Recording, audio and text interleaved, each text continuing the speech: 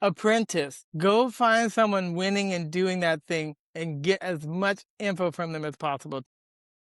The universe doesn't wait. If you don't act, 5, 4, 3, 2, 1, and you forget or don't do anything, then someone else is going to run with it. I think a lot of people learn by doing. School, just to be clear, most of the time is mostly theory. And theory always works on paper, but in the real world, does not work. Welcome to Recast and Rise, the podcast for performers and creatives ready to explore what's next. You'll hear inspiring stories of artists who reinvented themselves and found new careers after the stage. Let's recast and rise. Hello, Cliff. Welcome to the podcast. Hi, Eve. Thanks for having me. Excited. Thank you. Thank you for being here. So, Cliff, you are an author, you're a business owner, and more. You're a musician, and you're going to tell us all about that. And we're going to talk about career today. But first, tell us about what you were doing as a performer and artist. Yeah, I mean, I've grew up in music my entire life. So growing up on the East Coast in Washington, D.C., Maryland, I studied music, piano since I was a kid, since I was maybe 5 or 6 years old. And did all the choirs in school and church. And so, yeah, my life has been surrounded by music. My family is very musical, a lot of great singers in my family. And so it just allowed me to basically have this kind of umbrella or creative lens over my entire life. So I always tell people I feel that we're created by a creator to create. So I spend most of my time now encouraging creatives and non-creatives. We are all creative. Because if you see the world as creative, then you will find the creativity in everything. I always tell people when I was a kid and I watched the movie Mary Poppins, when Julie Andrews bursts into this room, she's like, if you find the fun, then snap, the job is a game. If you think of life as a game and you're aiming to win and taking that curiosity into it, then creativity is everywhere. But once you say, oh, I'm not creative, or that's not for me, or I'm not creative because I don't draw or I don't paint or I don't sculpt, then you don't see the creativity I see. Even outside of music, I see all these great Instagram and TikTok videos of people who are like, this is how you strip paint and you renew silver, or this is how you build a desk, like all these different things that I never thought were that interesting. People, how they take food on the show Chopped, and they're like, take all these ingredients that don't seem like they work together, but we make it work. Or I used to watch the fashion show Project Runway. And every time people would be like, okay, I need to make this and this not working. And the guy would run in there. He was like, make it work. Make it work. That's life. Yeah. You got to make it work. You got to make lemonade out of everything. And so I feel that music is just a great underpinning for me because the improvisation, thinking on your feet, working with different band members and how you are communicating together. Like music is crazy. Like, how does that work? How do you have everybody playing something that somehow goes together, even though it doesn't always work? Like sometimes you have people like, okay, this is not gelling, it's not working together. But it's like, how do we all play? Like, how do you have 5, 10, 20 saxophones or a full orchestra and they can play together? That's the interesting, intricate part of music as the through line, that it can work, and you can build a team of people who can make that dream work, even if it's seemingly impossible, because you have all these bright minds working together. Everything has kind of a vibration. So that's what I try to have people focus on, is that you kind of have to look at it that way, because then you'll see it. It's like you demystify the universe. It's not this thing that only certain people can do it. I don't want people to be like, only certain people can create. No. We all come in the world creative. It is now a proven fact. If you watch this TED Talk by Sir Ken Robinson, he explains the education system in the Western world, in America and Europe, that it pushes the creativity out of people because they wanted people to be more controlled and to be able to go into the workforce. So they didn't build a lot of those soft or creative skills. They focused on hard skills, and we want to be more balanced, more integrated. So it's exciting as I work with kids growing up. I really get to go in there and say, no, you all want to sing, you all want to dance. And they're like, yeah, we want to do it. I'm like, yeah, keep that, carry that forward into life, because if you want to stay young, it's not Botox, it's laughter and having fun and playing. Yes, totally. And this is interesting because creativity, to your point, it's often associated to art, so performing, moving your body, singing, music, all that stuff. But you can also, you and I we know many people that are in the corporate world and they have more traditional jobs and they're still very much creative. So I love your take on that.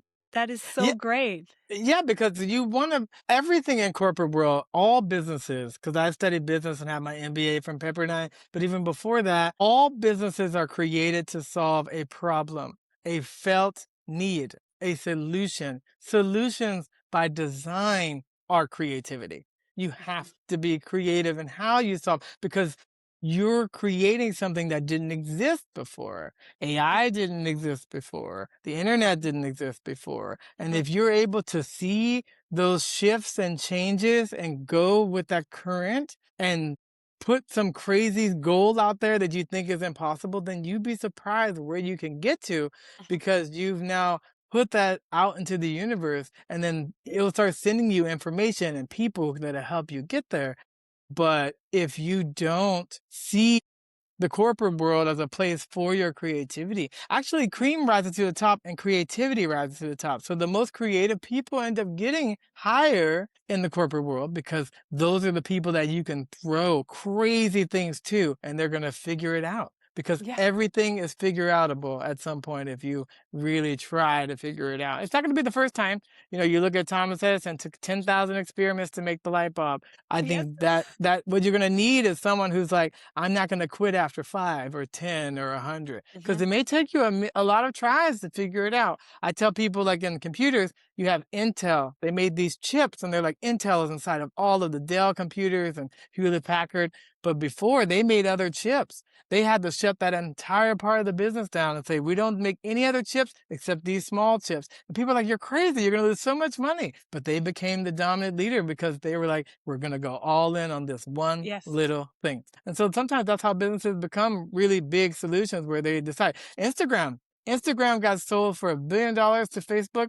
It was supposed to be something else. It was like a GPS type of thing. And the only thing in the app that people cared about is I took a photo of my food here. That's the one aspect they kept out of Yeah. all the other things. And it worked. And it became huge. So, you know, TikTok was started for music and now it does all kinds of things. So things evolve. Mhm. Spotify evolves. And so I just think you can do whatever you do and do it to the best of your ability today, but you want to get more education, lifelong learning because you become obsolete over time. Like the world is changing. So I tell people all the time, like, don't spend your time fighting against the technology or AI. Like that's just like, it's too big. You have to Mhm. see like, how do I use it? But I tell people it's a place for it, but it doesn't have to fully replace anything. You know, be like the mediums change, but the ideas of people wanting content have been since the cavemen. You know, we will always want entertainment for sure. Yeah. Yes. Yes. Totally. And Cliff, so music is definitely part of your daily life. Hmm. What else do you do? So, as far as a career conversation go, transitioning, what else do you do outside of your art, traditional Oh, art? What else do you do? Yeah, go yeah. ahead. So I mean, art is already like one large umbrella, but I always tell people I have two parallel tracks. So you see train tracks and you say, okay, they're going Mhm. this way, right? But they're completely separate, but still they kind of work together. So in the corporate world, I'm vice president of digital and operations for a digital marketing firm in the beauty sector. So I work with a lot of great brands. You're wearing a lot of great stuff today, your lipstick and your makeup and your blush and your hair care and your skincare. All those brands, hundreds and hundreds of brands I've worked with to be able to launch their products into communities and networks and people who can try before you buy because ultimately buyers want to be informed. They don't want to get stuff and be like, does this work for me? No, I want to see the social proof. I want to see 100 people. She looks like me. She sounds like me. This looks like my avatar. I think this will work for me. It doesn't mean it always works for you, but it gives you more information than, you know, no reviews. And so it's been exciting because even though it doesn't have anything to do with music, it has a lot to do with creativity and a lot with working with people and a lot of creating opportunities. I mean, I get to give so many products away to so many people who get to learn about new brands and educate themselves, and they're fanatical. And the thing is, pivot it into digital marketing and e-commerce because I read this article and it talked about during one of the recessions we had called the lipstick effect. And basically, it was like the secret buying habits of women. They will spend their last money on something that makes them feel good. And I was like, that's interesting because I had originally been mentored in music by Akon, who brought out Lady Gaga and a bunch of other people. And he said, if you make music for women, you'll have a career the rest of your life. Go learn what women want. And so I was like, I want to know that. I want to know what women are buying and why they do that. And sometimes they would say, it's pink. That's all that matters. That's all we need. And I was like, that's crazy. And you think that guys are not like that, but it is not true. There's an amazing business person, Grant Cardone, who does a lot of public speaking and motivation. And he was like, as a billionaire and millionaire, he went Yeah. into a store and a lady was selling him this leather jacket and it was really expensive. And he was like, this is a great jacket, but it's really expensive. Who needs this jacket? She was like, nobody needs a leather jacket. They want a leather jacket. And he was like, I'll take two. So it's like, so we have our own secret habits of how we buy too. Yes. But once you understand how people buy, how they consume, you have Mhm. people with different communication styles and learning styles. The whole point of being an entertainer or creative or whatever, a business, is you have to be able to let people come to you in the way that they want. And so the more offerings you can do that Mm. tap those things, the sensuality of it, their five senses, you'll have a captive audience that you can build a network and a community and a foundation on. So it seems like on paper you would be like, these are totally opposite, different industries, different things. But I see a through line that it's like, oh no, actually learning about people, learning what they want, giving them in one way beauty is the same as giving them music because Mhm. those people, they do both. People who love beauty, they love music. People who love music, they love beauty or whatever. It's like people who love movies, love books. So it's like as you switch through these mediums, you're just tapping into different parts of them at different times. And by having things that are on demand in terms of content, people can go and download that and look at it when they want to. Because it's a real me-centric world. So people are always tuned to one radio station, WIIFM, in it for me. That's what you're tapping into, no matter Yes. what business or career you Yeah. do. Yes, yes. And how does your day actually look like being both, right? Because you still play music, but then you have a very corporate role. What does your day look like? Yeah, I mean, I live and die by my calendar, so I always check it every day. I'm very meticulous at making sure I put everything in there. I always tell people if I don't put it in the calendar, it doesn't happen. So I have to know and try to be proactive instead of reactive. But I leave space because you can't plan for everything. There's no crystal ball. But yeah, I have a lot of calls, a lot of meetings, a lot of preparation, and I will say it's not for the faint of heart. Like I work a lot of hours and I work round the clock, but I'm not always doing the same thing. So for me, I like it because it keeps me interesting. I'm like probably one of the few people where you'll rarely, if ever, hear me say I'm bored, right? There's no real downtime because if I don't have anything to do, I'll be thinking about something or listening to something or reading something or watching something. And they're all beneficial and valuable because they're a space. But I think it's having autonomy, which I really love, allows me to do those switches, but then also being able to connect them more together, right? So, like, if I'm working on an album and then working on my radio show or a podcast, like, I follow the breadcrumbs to see the through line that maybe not everybody sees, but I think, like, the universe is everything, right? So, like, in a perfect world, all the things are connected, right? Just because you don't see that connection doesn't mean it doesn't exist. And sometimes you just feel it and you can't even quantify what it is. So I really am like more on the metaphysical side when it comes to like, if you believe it all works together, like your body's a whole system, right? So if I stub my toe, I feel it everywhere, right? Well, the world is the same thing. If I feel like everything is somehow connected, I don't have to understand or know every connection, but with that belief, I Mhm. can always go into the next thing. But also, I say yes to things that are scary and that are difficult and that I don't know how to do in the beginning. So I always tell people like the reason why I've made so many pivots is because when someone gives me an opportunity, I'll say, yeah, sure, I'll do that. And then people are like, do you know how to do it? Absolutely not. I don't know. I mean, how would I know before I've done the thing what it's going to Yeah. be? But I have to say it because I'm like, well, no one else wants to take this or nobody's here or, Yeah. sometimes people are like, I'm looking for Mr. Right. Sometimes you're Mr. Right. Sometimes you're Mr. Right now. Sometimes you're Mr. Right there. Like sometimes just showing up is all, there was nobody else. So I think that is the really exciting thing for people is that you don't have to be great to start. but you do have to start to eventually become great. And most of the time, you're going to suck in the beginning. And most of the time, you don't know what you're doing. I mean, that's what experiments are. Yes, and it within the last minute of you speaking just now, you recapped exactly like a lot of things that we talk about on this podcast, which you probably know is you're a beginner at some point at anything, and you have to try things. You have to try, experiment, and if you don't like it, you don't like it, then pivot to try something else. And for performers, artists like you can do it while you're doing your art. Prepare yourself. Go explore. Even if you are on stage or performing, there are still plenty of hours in a day to go explore, fail, go fail while you can, you know? Yeah. And Yeah.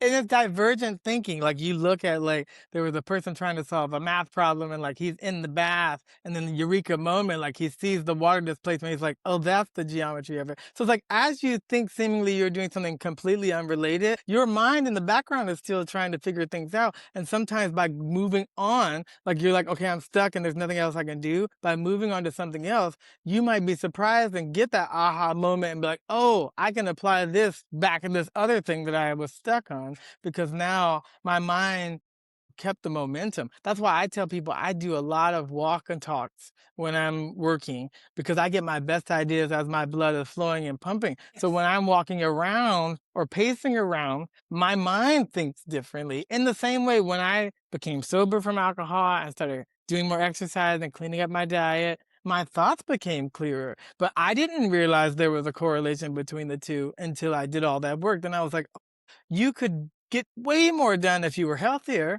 I started telling people that. I was like, you want to hustle. If you hustle healthier, you'll get exponentially more done. But again, you don't know how heavy you are until you start to lose the weight. Mm. So there's no way to know until you do the work. Then you go back and tell people about it. Yes, yes. Well, I can only imagine you pacing around and writing your ideas Always, as you go. always. I always have my notepad or talking into my phone because it's true. Yes, yes. As a musician, I found so many demos on my phone that I had forgotten about, and then I started like using AI and plugging them in. And I was like, oh, these songs are great. I forgot all about them. But that's why I document everything onto hard drives and other stuff because it's like if you don't get it, it's like there and then gone, like so quick. Yes. And I just saw an amazing thing because the Michael Jackson movie just came out. I saw this note where he called all the producers into the studio, and he was like, "I have this idea." And they were like, "You want to work on it right now?" He was like, "Yes, because if I don't do it now, the universe Mhm. is gonna send this to Prince." And it's Yes. true. It's like it will pass on if you don't document it right then and you forget someone else. That's why you'll be Yeah. watching it and you're like, I had that idea. I was gonna do that. It's like the universe doesn't wait. If you don't act, 5, 4, 3, 2, 1, and you forget or don't do anything, then someone else is gonna run with it. Yes, take actions. Yes, I love this. So, to go back to the more practical career change, I love that you were talking about marketing because, again, it is so creative and so many artists are great at that, right? What would you recommend to someone who is interested in exploring marketing? Of course, it could go back to school, all of that, but also I like to think there are other ways to at least try it. What would you recommend? Quick pause. If you are a performer wondering what's next, let's connect. Book a call with me or send me a message and visit my website where you can find more tips and tricks to navigate your career change. And don't forget to subscribe to this podcast for more inspiring stories and career tools. Now back to our chat. Yeah, I mean, I definitely think that school is great. I think it's a way, not the only way, for Yeah. sure. And I think ultimately, I think a lot of people learn by doing. School, just to be clear, most of the time is mostly theory. And theory always works on paper, but in the real world does not work. So I think there's a little bit of, I would suggest people, whichever path you do, apprentice, go find someone winning and doing that thing and get as much info from them as possible. Take them out to coffee, take them out to lunch, ask them for an informational interview, tell them that you have a podcast and record it, whatever you have to do. Because I've done that many times. I told people I was a writer before I had a book, so they would let me come and talk to them. Then eventually I did do a book, but people will open up if you ask them for information. If you ask them for money or you ask them for something, it's a little bit different. But if you're like, I want to learn about your career and what you do and what you would tell yourself 20 years ago, like people are open to that because they want to pass on that knowledge. They know how difficult it is. They know the pitfalls, and we all need to have this realization. You cannot live enough life to make all the mistakes. I know good mushrooms from bad. Someone already did that. I'm not gonna go and forage and figure it out. I'll be then poison myself. It's not worth the time. So go find someone who knows it. And this is why hundreds of years ago you apprenticed. If you wanted to be a blacksmith, you sat under a person for years, and then eventually they passed away. You took it over because you really learned it. And Mhm. and so the practicality of doing it, you learn much faster. If you want to make a record as an artist, go make one. And it may be great, it may not. But by the time you make the fifth and the 10th, you'll learn every time how to do it faster, how to do it better.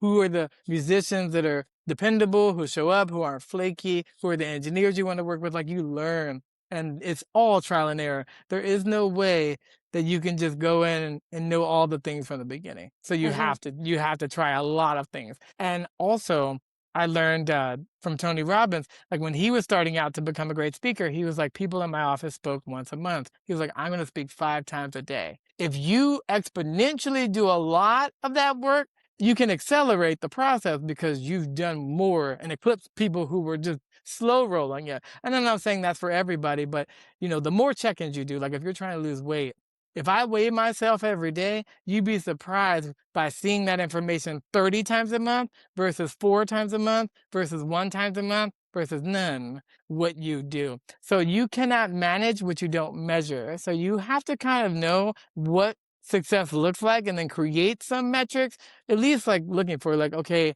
if I'm trying to do PR, did I get into these 5 outlets? Then you can track that. But if you just say something generally like I want to lose weight, that's like does nothing. You have to be like, I want to lose 50 pounds in 5 months. I'm gonna work with a dietitian. I'm gonna meet with them 3 times a month, 4 times a month. Like that's a plan. And so sometimes people have to get out of the ideation, dream, hope stage into like what is actually a massive action plan where they map Mhm. out exactly what the success looks like so they can track it. Yes, yes. I love that. Tracking is everything. I'm 100% with you.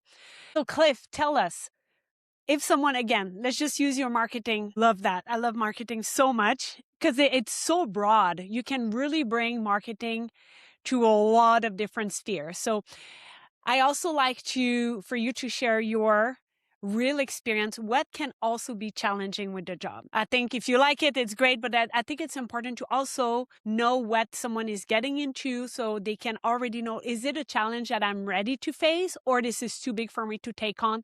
Let me try something else. Yeah, I mean, definitely several buckets. I will start with my main thing, which isn't directly 100% about the job, but I would say if you are going to do a second career, find something that you like to do. I don't think you have to love it the same, but absolutely do not do it for money alone and you hate it. Like, I just think that's such a burnout that you can't quantify what that does to your body, the stress and the cortisol. Like, you don't want to there's some things that this is not for you. Just make your peace with it. It's not for you. It's all good. You'll find the right path, the right career. Now, once you're in something that you like to do,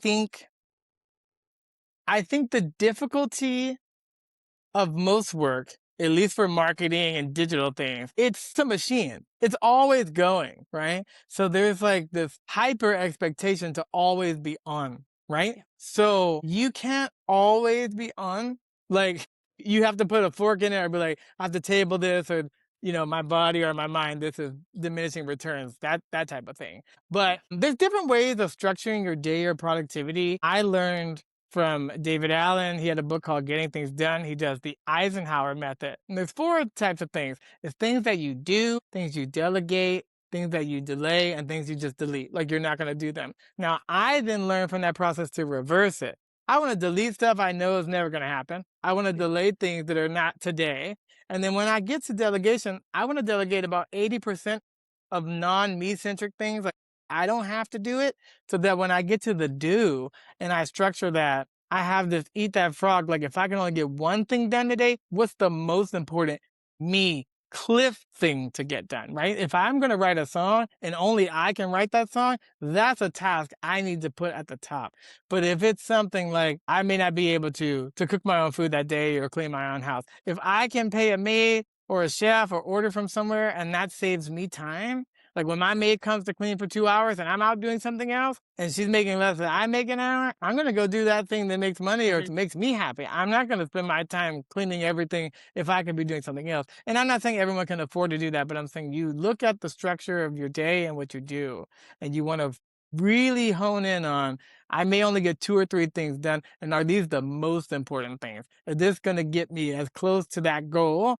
Do that. Because a lot of things you do, there's a word called boondoggle, but basically you have a lot of busy work or things that seem like you're getting there. And it's like you could spend your whole life climbing a ladder and then look up at the top and you're on the completely wrong building. See, that's why you have to know this is actually the goal and I'm pointing there. And it has to be a goal for you. Do not try to build a goal around what somebody else wanted, because that's just regret at the end of your life. It has to be Yeah. a me-centric thing and very clear that you want it, because anything in life that's really worth having is going to be difficult and you're going to want to quit.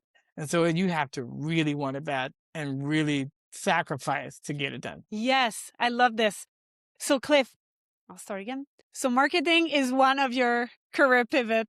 Now, you're also an author and you wrote a book, and I'd love for you to share. First, I want to know what this book is about. And after, I'd like for us to talk about what would you recommend to someone who's interested in writing a book. It's not just write a book and go publish. There are some steps that a beginner should probably be aware. And I want you to save them some hurdles, right? So give us like the good stuff. So someone wants to write a book, what do you recommend? But tell us first about your book, obviously. Go ahead. Yeah. So I loved books my entire life. I read a lot of books, and I always, a lot of people, not just me, a lot of people, let's say 80% of the world, they want to write a book, or at some point think I would love to write a book. It comes up quite often. Now, out of that 80%, about 1% of people actually follow through on doing it because it's difficult. Now, I was doing a nonfiction book, so I can't as much speak to fiction books. That's a whole other process. But in terms of nonfiction books, self-help books, that's what I was doing, kind of business, psychology, that kind of thing. I had imposter syndrome. So I started working on a book. I started interviewing some people, and then I was like, I'm not a writer, I'm a musician. I don't know about this. So I shelved that book for about 6 years. And then lo and behold, 2020, pandemic happened, and I couldn't get out to play shows anymore, and I was just working from home. And I'm the kind of person, like, I was like, okay, this seems like it's gonna last indefinitely. I don't know how long. And I was like, I need a project. I was like, I need something that's gonna keep me sane. I need some big project and I was like, what can I do where I really wouldn't need anybody? And I was like, oh, if I'm just writing, I can get that done. So they had a lot of free courses that you could take at the time. So I took one from Scribe Media, and a guy who ran it wrote a big New York Times bestselling book called I Hope They Serve Beer in Hell. And it was by a guy named Tucker Max. And they made a movie too. The movie wasn't great. But he taught a lot of people how to ghostwrite and to get their books done, and had this course. And so the very freeing thing for me as the first lesson in the course was, most people will not write because they're afraid people won't like it, or they're afraid they have nothing new to say. He was like, well, let me free you now. You don't. Nobody has anything new to say. We've heard it to death from everybody, but we have not heard it from you. And that's enough to get it done. Write it. Now, from there, they had a great thing in this process of outlining that was called a parking lot. So most people who have great ideas, they have more than one. Now, when you try to write a book, you might have 3 books in you. Now I have 3 books, but at the time, to get one done, you have to parking lot those other 2 ideas. You got to focus on just one main idea, because what happens is that you keep conflicting by trying to do too many ideas at once. And what happens is what he called a meatball sundae. He's like, I love meatballs and I love ice cream, but you don't want them at the same time. You're going to have to separate the 2. So the parking lot did that. And then from there, then you have a process of how you write and getting it done and getting the rough draft done. And then the process of wanting to publish and finding a publisher. So there's like baby steps to get there. But I think the best lesson, and I don't remember who told me this, but basically, you write all the way through. So like, if you try to go back as you're writing and edit, you will just never get it done, because you'll keep self-sabotaging yourself. Because this happened to me in music too. One time we had recorded something and we were doing it really quick. We did about 3 takes. And the guitarist who was working with me, he was like, I was like, we're going to use take 2. He was like, well, don't you think we can do it better? I said, absolutely. I was like, but we don't have a time machine and we can't go back to that take. We're going to do 2. Now, could I have done 6, 8 takes and done it better? Absolutely, but we didn't have time. And so what happens in the writing process, if you're like, okay, I did chapter one, let me go read it. Oh, let me change this, let me do that. Oh, I don't know, let me go ask someone. It's like give a mouse a cookie. You'll just get stuck in this rat race. So you write all the way to the end, done. Then you go back and start editing because then you'll see it different. But at least you have a full draft. But you don't do it in the middle of the draft because you will get stuck. Because of course you'll always get better. You evolve and change and get better every day. So of course chapter 2, then chapter 3, they all get a little bit better. And you'll see that. Even now I'm working on like a script and I was like, I don't really know about scripts. But as I'm getting to the last final pages, I was like, oh, this got some momentum. So like somewhere in there, I got better at it in the process where I was like, okay, this probably should have had momentum earlier. So when I go back, I'll do that. But there's multiple rounds of edits. If you're not a person who's like a tedious person, and I'm not, because I work with engineers and other stuff, I fall asleep at almost every editing because that's not exciting for me. Like the creation is exciting, and then that just becomes grunt. But so the editing process became really tough for the first book. So we figured out a faster second and third way to do that. But it's just, I think everyone, no matter what you do, writing or anything else, you should have one worthwhile project in life. Like everyone should lead a project because when I work with like a lot of sidemen, people who haven't led their project, it's very easy to know a person who's led for a person who's only followed. Because a lot of followers have great ideas, but there's reasons why leaders are like, oh, that's not now or not ever or no. And it makes you kind of feel like bad cop, but bringing something from the in your mind out of your mind where the world could see it is a whole process. And I just think everybody should have that because it could look exactly like you thought. It could be worse. It could be better. But either way, just the process of pulling it out of you. And also from a business perspective, that MVP, getting it out, even if it doesn't have all the bells and whistles, it's better to get the feedback because you could work on something forever and then be afraid to release it all together. That's what I call a hard drive project. Like it never gets off the hard drive or out. Or you're like trying to like edit it and edit it and edit it. Eventually you have to put a fork in it and be done. Typically, like a writer, your first book is not your opus. Usually you have to write a bunch of books before one takes off. Same with music. It took me many songs before I had one that had 1 million streams. It was not my first song. And so and I tell people that too in the songwriting process. I was like, you don't have to get all your ideas into one song. This is not the last thing you're going to write. Just make it good for today. And then you'll learn into the next one. I don't even tell people always go back and edit the thing you just did. I'm like, carry it forward into the next thing. Because sometimes you got to toss a couple of those first pancakes out before then they get good. And so there's no real right or wrong way. I've talked to so many artists about their process and everybody was different. But the main thing was sticking with it, really starting and finishing. Because a lot of people start, January, New Year's resolutions, we're all at the gym, let's do this. Only a week or so in, people have quit. Like most of the people have already stopped because you're trying to build this all or nothing. You're like, well, I messed up once, so you just never do it again. But that's not actually like the best practice. The best practice is like just get back on the wagon as soon as possible. Like, oh, you derailed, you ate something that was like off the menu or whatever. One meal's not gonna like make it or break it. Just get back on, get that healthy snack, continue. And the faster you do that, the better it will be. Yeah. What's next for you? With all the different projects you have, you seem a very happy man. You seem like full of ideas, obviously very creative. What's next for you? I mean, I could go so many different places. I could go so deep and be like, what's next is project, project, project, project, project. But if I was going to be absolutely honest, and I believe we're fast friends, so I want to do that. I have this book, and this book nobody's heard of, but it's called When I Relax, I Feel Guilty, right? And so the doers, we will do. We will do indefinitely. And so for me, a lot of the work is like, I've looked up and I don't ever take vacation. Like I'll go do something else somewhere, but it'll just be another form of work. So I'm really trying to encourage myself to be like, you know what? It's okay. It will be okay to take some time off. You've earned it. You deserve it. It's okay. Because even I grew up Christian, and then the creation story of God, who's all powerful, 6 days creates the world, rests on the seventh day. Now God doesn't need the rest, but he goes back and he says, everything I did was good. You can't know that till you go back and reflect. You have to pause and reflect.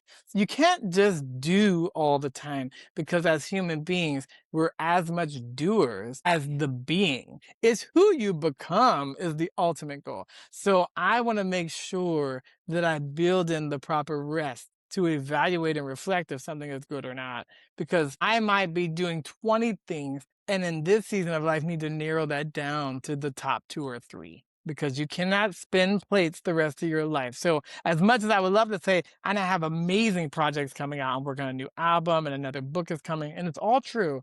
My radio show is ongoing. We're up past 265 episodes and it's syndicating on multiple stations. So that's all happening. But I've been for years so focused on talking about what I'm doing next, what I'm doing next.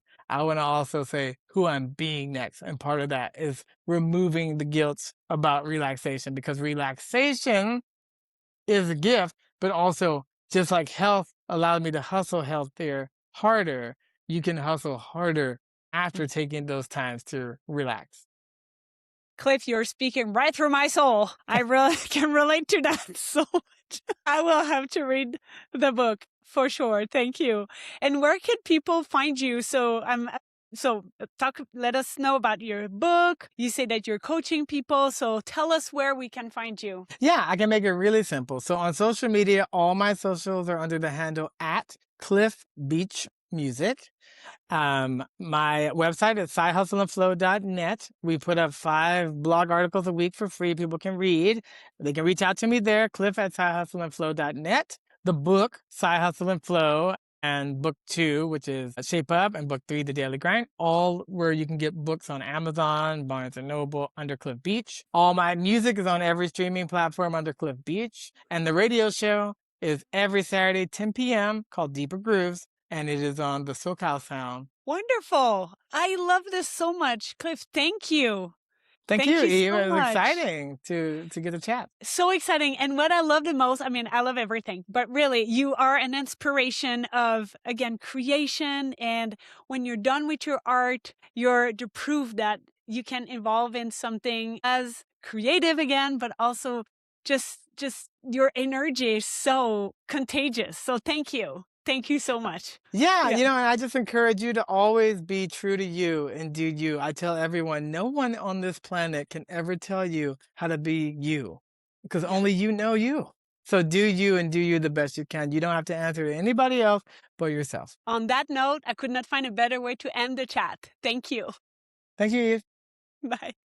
Thank you for listening to Recast and Rise. If today's story made a difference, share it with a fellow artist and creative friend. Be sure to subscribe to this podcast and follow me on my socials for tips and tricks to navigate your career change. Until next time, I will see you in the next episode.